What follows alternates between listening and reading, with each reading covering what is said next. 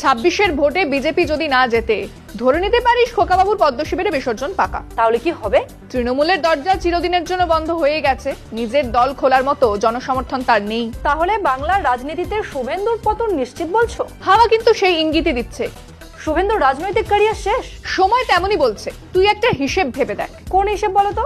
পাল্টি খেয়ে নারদা সারদা থেকে বাঁচতে বিজেপিতে গেলেন, তারপরে কিন্তু তৃণমূলের ভরা বাজারেও নন্দীগ্রামটা শুভেন্দু ধরে রেখেছিলেন। নন্দীগ্রামে মমতাকেও কোনোভাবে হারিয়ে দিয়েছিলেন। শুভেন্দুর এই নন্দীগ্রাম ধরে রাখার পেছনে নিন্দুকেরা লোডশেডিং তত্ত্ব দেয় বটে, তবে আসল বিষয়টা অন্য। কি বিষয়? সত্যি কি নন্দীগ্রাম শুভেন্দুর গড়? শুভেন্দু দুটো জিনিস নন্দীগ্রামের মানুষকে বুঝিয়েছিলেন, ভুল বুঝিয়েছিলেন বলতে পারিস। কি ভুল বুঝিয়েছিলেন শুভেন্দু? শান্তিকুঞ্জের মেজো খোকা নন্দীগ্রামের মানুষের কাছে ফলাও করেছিলেন। নন্দীগ্রাম আন্দোলনের তিনিই মুখ, তিনিই বিপ্লবী, বিদ্রোহী, একাই 100 ফাটাকেষ্ট। আর এটাও বুঝিয়েছিলেন যে বিজেপি ক্ষমতায় এলে তিনিই মুখ্যমন্ত্রী হবেন।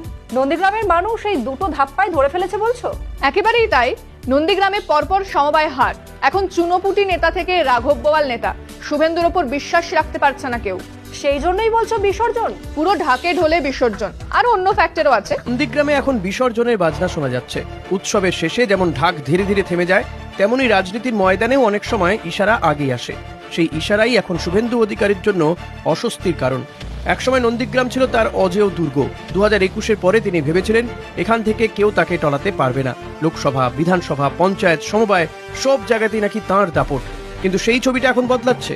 একের পর এক সমবায় সমিতির ভোটে বিজেপির হার দেখাচ্ছে। দলের নিচ থেকে ওপর শুভেন্দু ম্যাজিক আর কাজ করছে না। গ্রামের মানুষ উন্নয়ন দেখে কিন্তু অভাবও বোঝে। হেলথ সেন্টার পরিষ্কার হয়েছে কিন্তু ডাক্তার নেই, ওষুধ নেই। এই ফাঁকেই অভিষেকের নেতৃত্বে তৃণমূলের সেবাশ্রয় ক্যাম্প করে উঠেছে। ম্যান মার্কিং করার দায়িত্ব পেয়েছেন নাকি কুণাল ঘোষ। পুলিশের রদবদল হয়েছে। সব মিলিয়ে সংগঠন আর প্রশাসনিক তৎপরতা বাড়ছে। সবচেয়ে বড় সমস্যা অবশ্য শুভেন্দু অধিকারী আত্মবিশ্বাস। তিনি এমন ভঙ্গিতে চলেছেন যেন ক্ষমতা তার হাতের মুঠোয়। কিন্তু 2021-এর পরে মানুষ বুঝে গেছে মুখ্যমন্ত্রী হওয়া তো দূরের কথা, 2026-এ ক্ষমতার ধারে কাছেও নেই বিজেপি। এই বাস্তবতা মানতে না পারাই তার বড় দুর্বলতা। ক্ষমতার কাছাকাছি থাকতে চায় সাধারণ নেতা কর্মীরা, তাই শিবির বদল হচ্ছে নীরবে কিন্তু নিয়মিত। নন্দীগ্রামে পদ্ম শিবিরে ভাঙছে, শান্তিকুঞ্জের খোকাবাবুর রক্তচাপ বাড়ছে। জোড়া ধাক্কায় দিশেহারা বিরোধী দলনেতা ফের পুরনো অস্ত্র তুলেছেন, ভয় আর বিভাজন। হিন্দু বাড়িতে ধ্বজা লাগাও, সিসিটিভি লাগাও, শাঁখ বিতরণ করো।